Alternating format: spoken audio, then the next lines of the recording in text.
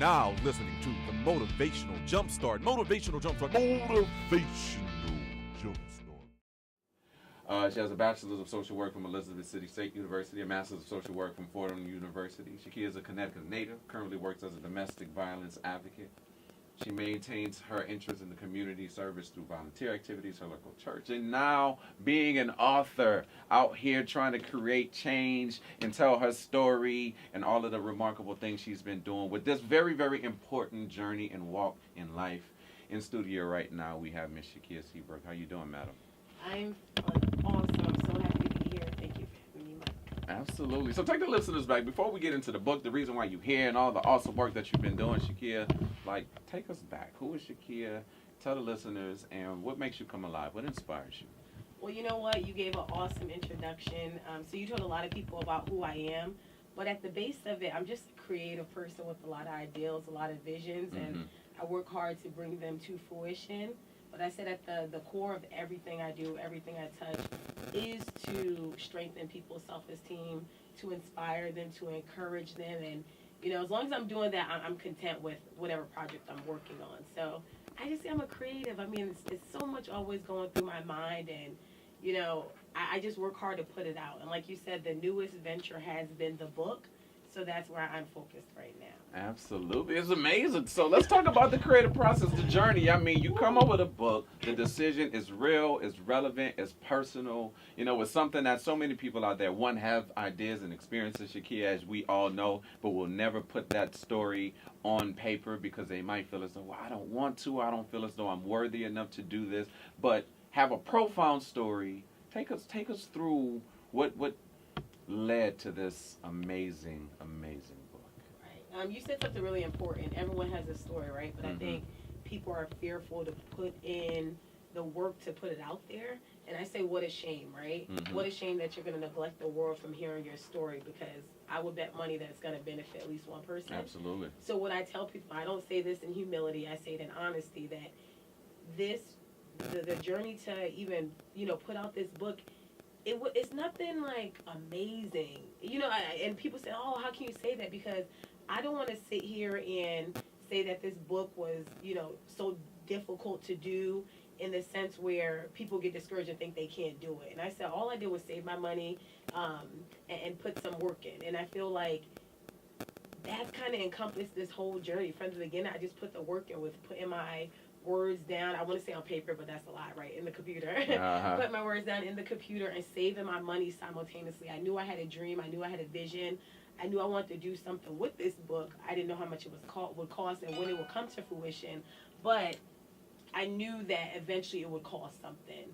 So that was really the journey, just pouring into this book, making sure that I'm diligent and putting the work in and putting the effort, and then making sure I'm saving money at the same time. And I tell people, make sure you do your research. That's another thing. I self-publish. I'm no tech guru. I didn't major in English, but I definitely did my research, Google and YouTube, and utilizing my resources through professors and, you know, my fellow peers that I went to undergrad with. So that was really, I mean, the journey, some work, saving and doing my research. Absolutely. So, listeners out there, I mean, I think Shakia is a very humble spirit, you know, honorable in that regard. But it was a journey, because I do just know a little bit of the journey from the aspect of just the decision to say, wow, okay, I want to put these thoughts and these feelings and these experiences that I've had in. You know, sometimes we doubt ourselves. You know, we doubt ourselves and we doubt the process. So, in the world of abstinence, right? In the world of abstinence, right? What is the ideal and the essence of the book, The Decision, right? Take the listeners back just on that journey of just whether it was family, it was just your upbringing. Why is this so important to you? You know, as I was writing the book, it definitely was a time of self-reflection, right? Because I had to really be in the moment as I was going through these situations and reflect on them. And I say in the book, I didn't want to sugarcoat the book or make it, you know, all fluffy. I wanted to be real. And something I found out within writing this book was I didn't have like a concrete answer of why I was abstaining from sex, who influenced me. The earliest memory I have was 13 years old, and I was sitting in computer class, and this boy Matt was like, it blows my mind, right, digressing, that we were 13, talking about this, but he's like, Shakia, you be having sex? I'm like, no. Like, disgusted. Like, what? I'm waiting for my husband. Now, at 13, I don't know why I'm waiting for my husband because I don't understand the consequences and the risk you take when you have sex. For sure. But as I got older, especially attending college, and having friends, male and female, that were definitely engaging in sexual activity, I started to understand the benefits of abstaining because Absolutely. I was with them in those moments where they hooked up with a guy the night before, and then on campus, he wouldn't even acknowledge them. And I speak, just from a lady's point of view and the ladies I've encountered. But I know it's true with guys too. But I've been with my friends when they had to go get a Plan B pill. I've been with my friends where they had to figure out how they were going to pay for an abortion, and then talking with them after, how that affected them.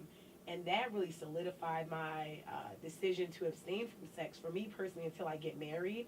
And then I started understanding, maybe I don't know why I initially decided, but I know why I'm continuing. And I think that's most important, if anything, because some people decide to abstain because of their mother.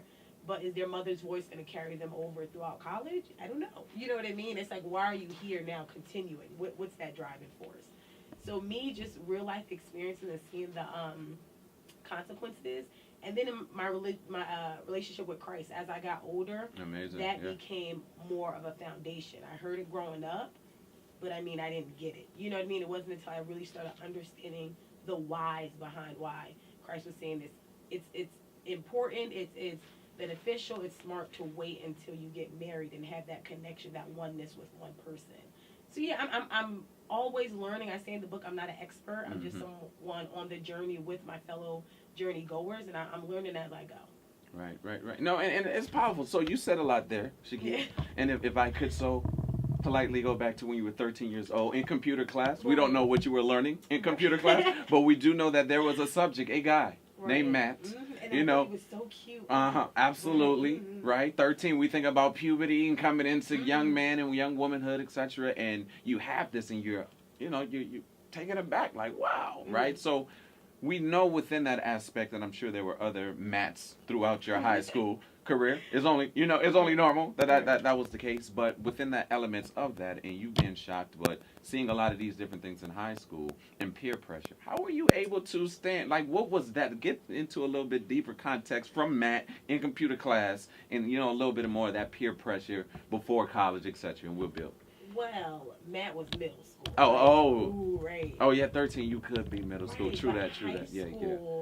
There was no peer pressure because I was more like a tomboy. I grew up with all brothers. I think I didn't start like coming into being a girly girl as much as I am till college. So in high school, I had like a guy best friend.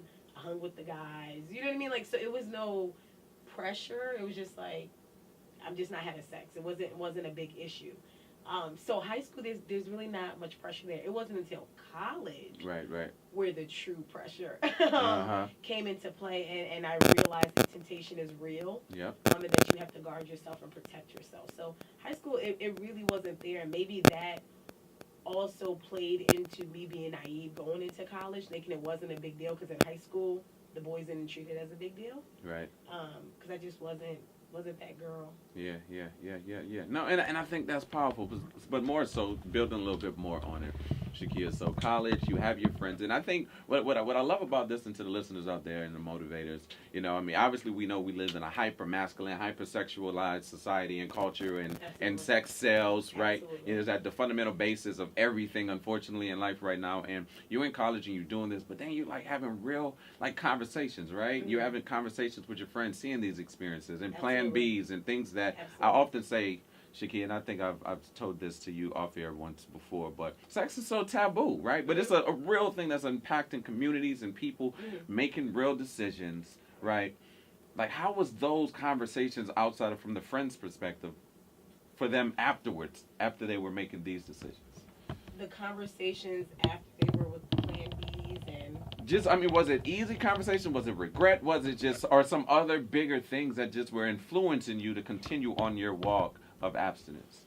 For me, the conversation on their part, to me, it just solidified. So it was like I was learning. You get what I'm saying? I came from high school where I wasn't engaging. People weren't talking to me about it. And I get to college and I find myself in these circles of people just sharing. Mm-hmm. But it's funny because when we're in a group of people, it's highlighted. It's girl was so good, and it's rejoiced. But for whatever reason, I was the one they went to after when things weren't go right, and the dark side and the sad side of it, where they would come to me for sound advice because I was the one that wasn't engaging. So now when their heart is broke and they're feeling empty and robbed of having a child with this person, they want that advice to ask them, like, how do you do it? Like, how do you like a guy and you don't have sex, and how do you get him to like you? And you know what I mean? So in that moment, it's sad that in their moment of sadness, they were like, I'm not having sex no more.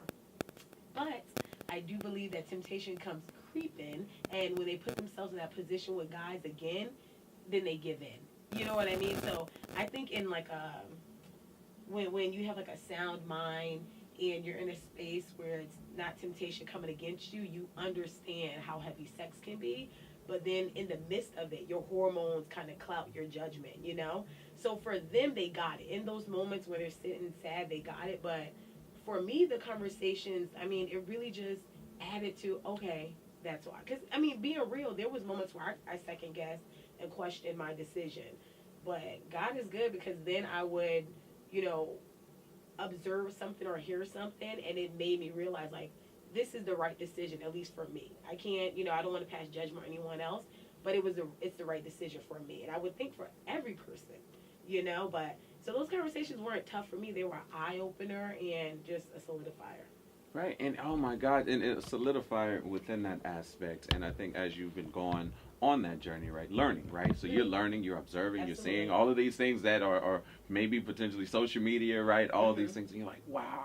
But did you ever feel, and I'm sure, I kind of know the answer to this, but for the purpose of the listeners, after all of these, aspects, although and experiences and friends and these different situations, although it solidified it, was it ever a moment though you were like, wow, I just find myself lonely, or I just find myself missing out, or I just find myself, not being able to experience whatever the world is deeming as something that should validate me and my experience with someone? Like, was that every moment, any moments that you just find yourself in your room like, what am I doing? Like, in the book, I talk about alone versus lonely and defining your time of singleness, right? So I felt alone, but to me, that's more contentment. It just means like I'm without a partner. Lonely is like you feel sad, depressed, like you feel empty, like something's missing. So I never felt lonely, but I have felt like I wanted to feel included. And I talk about that in the book, I'm sitting with my girls, it's college, and they're talking about the night before they hooked up with this guy they liked. And again, making it sound like this glamorous, amazing thing. And there was moments where they would say, Shakia, right? And I would say, no, remember? Like, and this was early on, maybe like my freshman year. I'm like, no, right? I'm a virgin, remember? And they'd be like, oh, yeah, and start laughing. You know what I mean? Not at me, but like, oh, we forgot. Like, yeah. And there was moments where I wish I didn't have to sit there and explain myself or be the outcast and just be like, yeah, girl, I know. If I'm being real, right? Just to feel included and inclusive in those conversations. But again, it was those conversations one-on-one with my friends that I said, I'm glad I have a year girl, included in that. But there are moments, because you want to feel included. And me being a virgin, I'm curious, right? So there's times where people say stuff, and curiosity does kind of carry me off. But it's never been to a point where I really challenge my decision. Probably just explored it in my mind. Right. And that's amazing. And I think, and we've talked about this as you were on the process of the conclusion aspect of the book, right? But just this idea of, and I think you've mentioned it before, off air, but, just as a society growing up, what we're taught about dating or what we're not taught about dating, right? It should be this, expectation versus, hey, why can't I go out on dates with groups? Right. Why can't I just, potentially talk with an individual on this level versus society saying, nope, it has to be these type of expectations. Right. Speak of just a little bit about that from dating perspectives or experiences that, even more so solidified your decision, on your journey. So in college, I think for a lot of people I met, I was the first virgin that they had encountered that they knew of, right? Because a lot of people just don't tell it. I was a little naive. I just said it. I didn't think it was a big deal. And I would hang with guys and I would go out with guys. And my guy friends were like, Shakia, you wrong for that. You wrong for letting him take you out and you're not going to have sex with him. And that blew my mind because I'm like, so you go out on dates and a guy treats you, and you're supposed to give him sex in exchange. Like, it just, blew my mind. Right. So people have their opinions that if you are abstaining that you shouldn't go out on dates. Crazy. On one side is because you're not gonna have sex with them. On the other side is like if you're abstaining, you should immediately be courting. I don't necessarily think that's true across the board because I think we put too much pressure on going out for dinner with the opposite sex. If me and you go out for dinner, Mike, does that automatically means it's a date because you're a male, I'm a female? You know what I mean? So to me, I just think we need to just kind of like pull back the reins on dating and just learn to be able to be in the company of someone of the opposite sex without the pressure of like, oh, I'm out with him right now. I need to tell him that he's not going to be having sex with me. To me, it's none of his business. Like, if we go out, I don't care if I was having sex or not. That is a conversation I don't even see how it comes up naturally on the first date to me. I think I would be kind of taken aback. Like, how do you even inquire? There's so many other things that you need to learn about me before you go into depth about these intimate details. You know what I mean? Right. So I'm not opposed. I'm abstinent, and I don't think there's nothing wrong with dating or being in the company of the opposite sex. Because it may be a one-time thing. I learned something from you, and then we part ways. Or it may become something, greater. But we got to take it kind of stride by stride, date by date. Right. No, and that's so powerful, and you echoed it, Shakia, in a way that society, right? So people are going into these dates, which I just fundamentally, disagree with, and I've told you these things off air, right? Is when you redefine or try to, undefine what people have said is the norm, right? And it's like, wow. So when you go out with your friends, right, and then you could be at a Applebee's, right? And Applebee's, they'll just bring the check to the guy, like, oh yeah, they must be on a date. Oh, this is the homegirl. Like, we just catching up about school, or we, whatever it's. We're about to split it. Yeah, we're about to split it, right? So just all of these things that kind of aid into this larger context, of dating or just it must be. It's impossible for two people to just go and talk and have this moment. But what you also touched on, what I think is equally as important, like, you don't know me yet, so why am I just initially thinking that it's okay to have these conversations, and I talk with friends, a lot of guys. I believe in a lot of the work that I do now from just a lot of my mentees, from the guy perspective, from a ministry perspective, I really challenge them. I'm like, so you said X, Y, and Z, or this girl has to do this, or whatever the case may be, and I'm like, why? And well, that's just the way it is, and I'm like, but why is it the way it is? And then the more and more they go, the more and more they go deeper, they're like, oh, well, I expected something should have come out of it. So it was so powerful what you mentioned in that, because I think within those experiences that you had, and it's kind of like, first of all, it's disrespectful because you don't even know me. Invasive, right. Touch a little bit more on that, because I think it's powerful for the people out there who's going to listen to the playback or listening live, and they're like, oh my God, who is this girl? Like, come on. Is she? Guys up for dinner. Don't want to tell them nothing. You know what I also say is on the opposite side, women who are sexually active, right? No matter how many people you done slept with, how would they feel if you took them out and just said, well, how many people have you slept with? Right. I feel like they know that's inappropriate. For most guys, they know, like, I'm not going to ask, and they may try to do it in a roundabout manner. But so I'm just like, why? That young lady probably would be like, that's none of your business. Mm-hmm. So why is the pressure on for me to have to tell him that I'm not having sex? Why can't I be like, that's none of your business? You know what I mean? And so I just want guys to understand, like, there's some things that you have to earn the right to know. Additionally, I tell you in the beginning that I'm not abstaining from sex.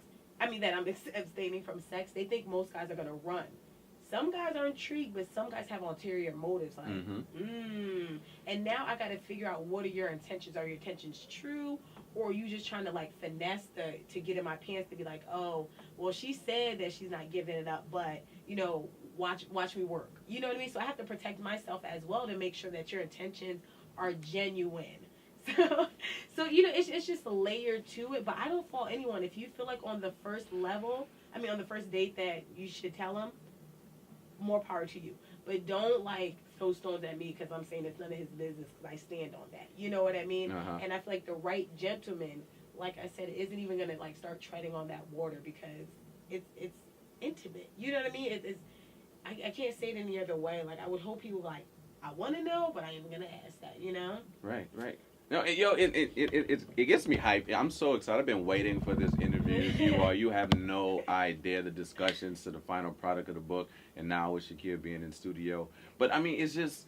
And for the record, motivators, take all of this. You know, the Motivational Jumpstart is about bringing in guests and individuals who share their truth, so hopefully you all can get a little bit closer to your truth and whatever it is that you want to do into the world. So let's put it out there. So it's no judgment, it's non-judgmental. Absolutely. This is Shakia's truth, etc. But it's a very fascinating one because it's almost as if people, right, this idea of blind sheep or this idea of people who have been so deeply socialized, they can't even fathom that there's multiple millions of Shakias out there in the world. So many. You know what I mean? Right. And that's what you're doing. You're empowering so many women out there. And guys laugh at me all the time, and it could be the Southern in me, the way I was raised in the church, etc. But just from the idea and the context that I'm like, sex in many cases is just overrated because overrated in the context of all of the things that it should take to sustain a relationship. And I'm talking about like grandparents and them that's like married 60, 70 years. Right. It ain't sex that's Exactly. keeping them for 60, 70 years. You know, so like what are those tangible, real, spiritual, equally yoked aspects that people are dealing with? And so many, oh man, but it's 2017, you know, and I'm like, okay, after you know, I struggle with the deep embedded nature of what's happening in the world. But I'm like, yo, there's so many other factors, so many other factors that should even be considered before that, and God, oh, here we go, you know, or just the crazy idea. You just saying this like Romeo statement just for that. And I'm like, but it negates the whole fact of life, of what's real. And we're teaching like young boys, right? Young girls, and it's perpetuating a society where elementary and middle school kids right now are like exploring with sex because they doing what people are afraid to talk about and have no context, no idea. And when we talk about molestation, we talk about rape culture, all of these things that people don't want to talk about. And it's just, well, she knew what it was, right? So I could go on day and day with it, but how is it that I'm inspired? You have to know that you're empowering women with this.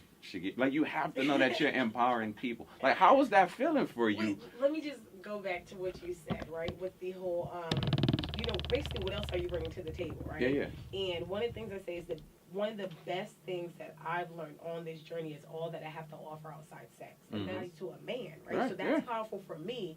But on the flip side, I've been blessed enough. I don't know, like, did the Lord just be dropping the men in my life? But even in college, guys was like, I mean, if you willing, you know, we can go there. But Shakia, in all honesty, don't give it up to one of these boys on campus. You know what I mean? That's something special. If you held on this long, do not lose it. You know what I mean? They don't give. On the flip side, they like if you're ready and willing. But on some realness, like if you can hold out, hold out. As guys get older, I'm learning that they're not saying, you know, sex is terrible. You know what I mean? At 29, they're not saying sex is terrible, but they like, but what else does she come with? You feel what I'm saying? I'm trying to find my partner. Longevity here. Sex is not going to carry us for a long time. Sex isn't going to bring money to the table. You know, sex isn't going to, you know, heal when we're going through disagreements. So, like, their mentality is changing. So, I challenge guys when they think sex is so important. I'm like, man, you're in such an immature mindset. You get what I'm saying? Because maybe you're not bringing a lot to the table. That's why you're like, okay, all she got to do is be good in bed. Is that all you have to offer? Because I feel like if you have more to offer, you would want a lady to match that. Talk you know what I mean? Absolutely. So I question their manhood, like, where are you at on this spectrum? You know what I mean? Like, level up. So no guy could ever make me question, you know, oh, well, you're not having sex, then, you know, I can't be with you. Well, thank you, sir. You know what I mean? Like, on to the next, because the right man is going to value things that they can't get from the next lady that's unique to you. So I just wanted to touch on that. I don't know what guys are giving you slack, but they need to do better. Right? No, that's awesome. No, it's really awesome because, like you said, within that and just knowing it's okay. And I think that's why it's a deep ministry for me within everything because it just makes no sense. So it's just like you don't want the girl, you don't want the experience. And this goes obviously both sides of the coin. Absolutely, but you don't want it, but more so specifically speaking to guys, it's like, so you don't want the experience or you don't want the emotional relationship that comes with that or the emotional feelings, etc. But then she clearly says that Shakia comes into this, say, actually we can be like we can be friends. Like that's okay. Like I'm telling you my truth. Tell me your truth, and it is what it is. But then somehow guys will get it. I just got to work hard enough, or I got to kind of coerce or manipulate. And I'm sure you've had so many of those experiences, obviously, right? But then I challenge guys. I'm like, but how messed up is that? How devious is that? And if you consider yourself like a real person, like a real individual who has value, who considers your mom and these people in your life are women, and you speak on this value, but then to somehow say, but like that just fundamentally. Ego, right? The ego is real, and that just is a fundamentally flawed thing that has been perpetuated. And I know why, right, through whether it's multimedia, certain content, mental health, etc. But I think that's just very, very powerful. And I'm glad you brought me back to focus on that. And touching on it, because that is that real, true struggle, that's happening, right? So now to the next question within that series, but you have to know that you're empowering women on this just by telling your truth. Right. We don't know how deep. We know the socialization is real in the world, but you have to know that you are empowering so many women out there. And whether you want to own that, take it, I will own it for you. Like, you're empowering so many women to be comfortable and to say it's okay. I hope it's still early. You get what I'm saying? So, like, my core knew. Like, this book has been in the making for a long time, so I share it on social media. And you'd be surprised, or maybe I was surprised, that so many people were coming into my DM and my inbox, like guys, ladies, and sharing their struggle and sharing their story and asking me questions. But a girl in Zimbabwe had messaged me a little while ago and said, I laugh because it blows my mind, because I make these like little 1-minute videos, and she was like, Shakia, I was seeing this guy and I was going to give it up to him the other day, but I watched your video and I'm not giving it up to him. That blows my mind, because I'm nothing special. And again, I don't say that humbly, but you know what I mean? Like, if someone came and tells you the amazing person you are, to you, you're just Mike. You've been the same person, all these years, all these ideals. So when someone says like, you're empowering me, it really blows my mind, because like I say, stand on your truth and live it. That's all I'm doing. I did this and I'm doing this at a time where people aren't rooting for it. It wasn't until I started really going on Instagram and writing this book that I found out there was communities of Shakia. And that's why I said I'm not, this amazing, exceptional person. I'm just talking about it first, in a sense, you know what I mean, in a lot of different groups. But there's so many of me that just didn't tell guys.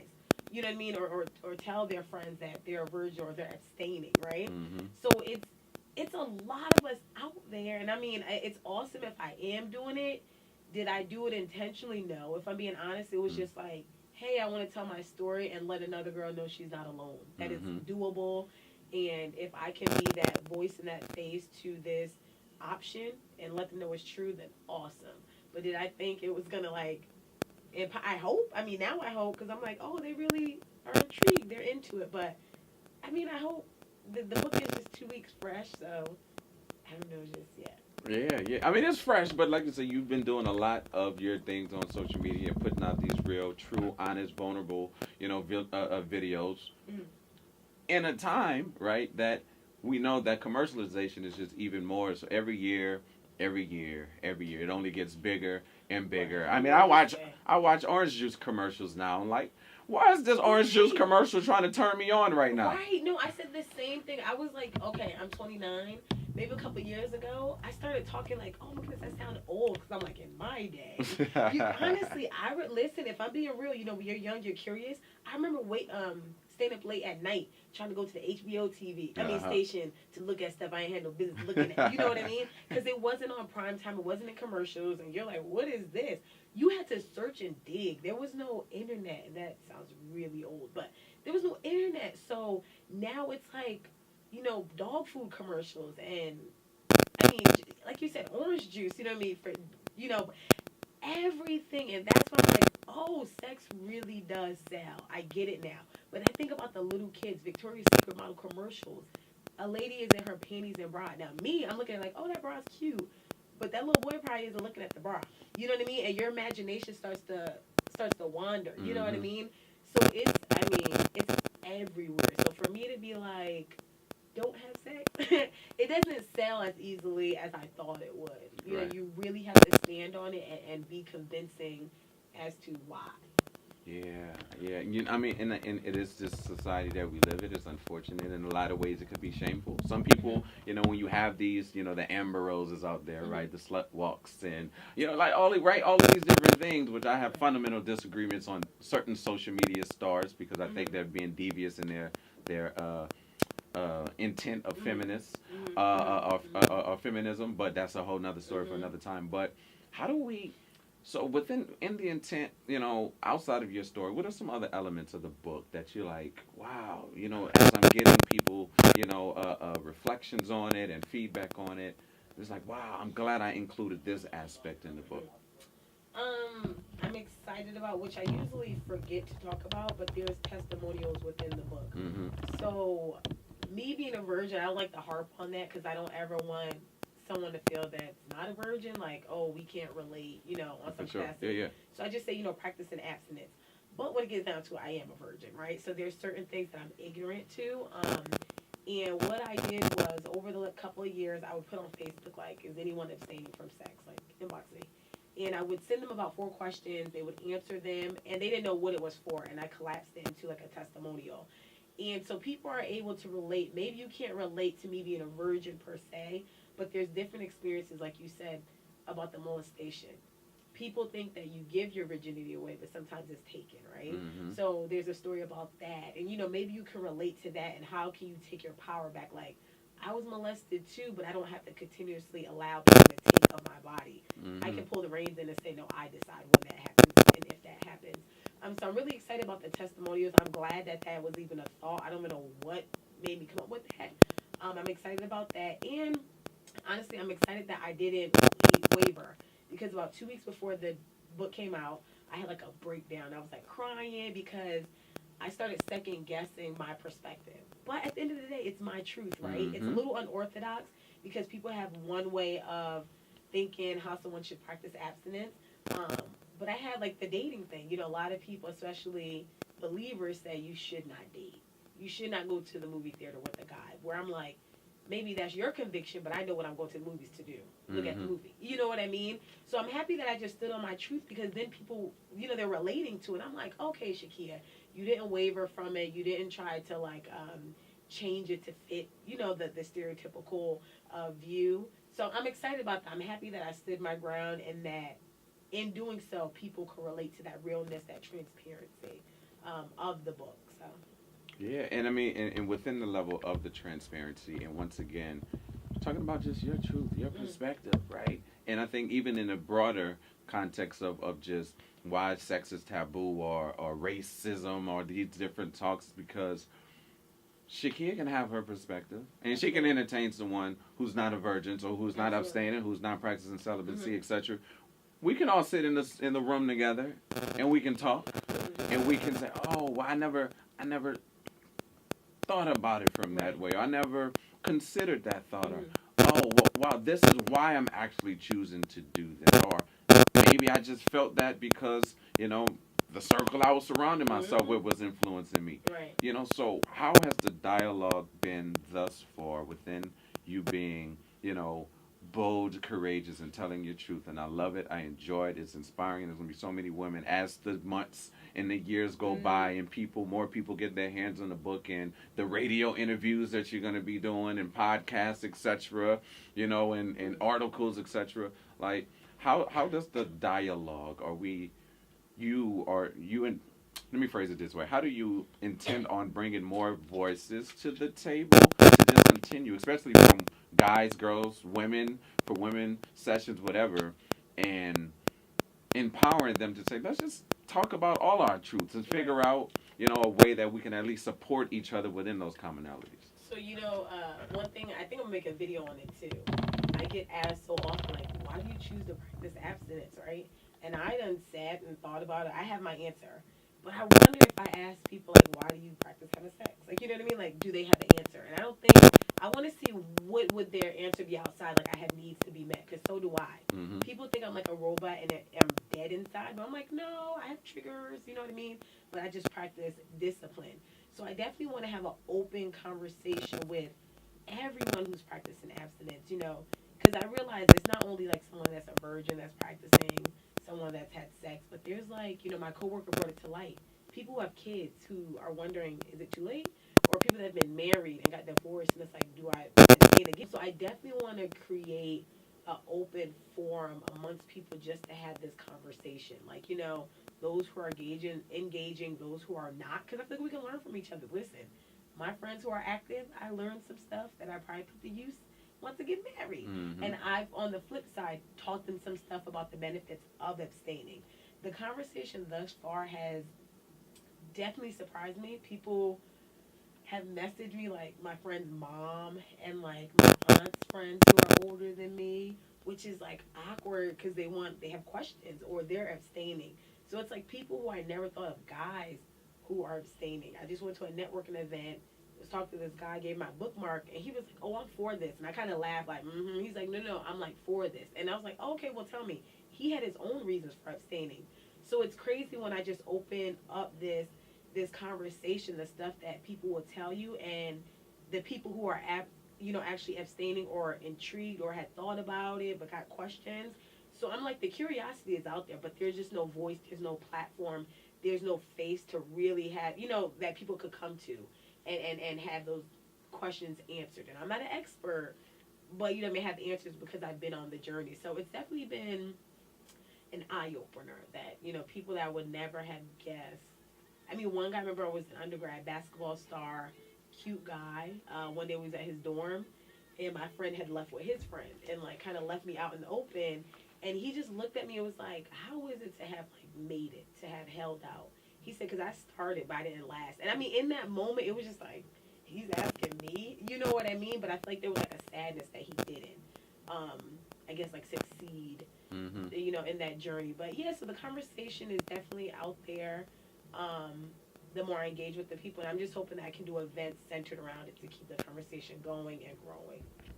Yeah, no, and I appreciate you sharing that story, Shakia, because the curiosity is there, and that's why I feel like because of religion and some of these other factors, Right. sex, etc., has been so propagated, through time and society and life that people almost realize like, no, you don't have to say your sexual experiences or lack of sexual experiences, but just the idea of sex should be talked about. Absolutely. You know what I mean? Absolutely. And I feel like that propaganda, people are like, oh no, it's too personal. Why are we talking about sex? It's like, no, we're not talking about acts, and we're just talking about, this is something that is there's billions of people here. How the heck did we get here? Somebody was doing something. Right. You know what I mean? And it's like, are these urges normal? Like, how do you curb them? When we go to church specifically, I do think a lot of churches do a disservice, especially to the youth, not preparing them, equipping them. Because it's a joke always in college, like the church girl goes to college and gets buck wild, right? Yep. The reason is because she's been force-fed this, not even ideal, but force-fed this belief that, God is against premarital sex. And I believe that, but you have to allow her to understand the why. That God isn't just trying to like be a blocker or make it a burden, but it's a blessing in the long run, right? It's always that older person like, "Sweetie, hold on, you doing the right thing," because they've lived and now they understand the wisdom that was being taught to them. But in those younger years, they don't get it. So those little whispers of mommy telling them, God frowns upon it. When they get to college, them whispers are like drowned out by that cute boy that's saying, "Come back to my room," and touching them in places, and they don't even know how to protect themselves against it. You know what I mean? So we have to, especially if church is going to talk about why it is dangerous and, the consequences of it, they have to allow a transparent, raw talk. And it's like, if you're not comfortable with it, you need to find somebody else in the church that can go there with these youth, because it's real. Temptation is I think one of the number one reasons why people are afraid to abstain, because it's like, I want to scratch that itch. Like, you know what I mean? It's normal. Me too. I want you to. I'm a human just like anyone else. But it's that self-discipline that has to be taught and worked on daily. Yeah. Yeah, and you're absolutely right. And when you talk about that discipline perspective, it's something that, but it also goes into, I'm assuming, the other, things that you associate with, the experiences that you're creating, the things that you're listening to. Like I mentioned, I feel like a lot of those things where, I remember just a lot of times in college, and, I'm far from perfect. you know. But I just remember a lot of times because of just how I was raised and certain music I would listen to, you know, just in certain things, and I would like compliment a girl, you know, and then other people like, oh man, but didn't you see all these other things? And I'm like, yeah, well, of course I'm a human, I notice it, but Right. I'm not just drowned by this Right. this content of just listening to secular music 24/7 and watching Right. secular movies or all this stuff 24/7. And I really believe just, you know, I have this formula I live by. I think I mentioned to so many people know this formula I live by, but it's TFAR, thoughts, feelings, actions, results. Right? So our thoughts become our feelings become our actions, Absolutely. our actions become our results, whatever those Absolutely. results may be. Absolutely. You know, and I think within that church aspect, bringing it, that's oftentimes it's like end of story. Well, Absolutely. just don't do it, or you go to hell, or God don't want you to That do should that. be enough. That should be enough. Right. And it's like, well, but why, Mom, or why, Dad? Well, you're gonna question God's work, and it's like, I'm not trying to. I'm just trying to gain some clarity. But what if they don't have a relationship with God? Because Talk if I'm to being it. honest, my mom always sent us to church. We should always go, but I mean, she put my little dress on, and the van would come, and we would go. And in college, I faithfully went by myself. My friends didn't go, but it wasn't until my latter years where I really understand. When I started going to my home church now, this thing about relationship, not religion, but relationship. How well do you know God? How well, you know what I mean, and vice versa.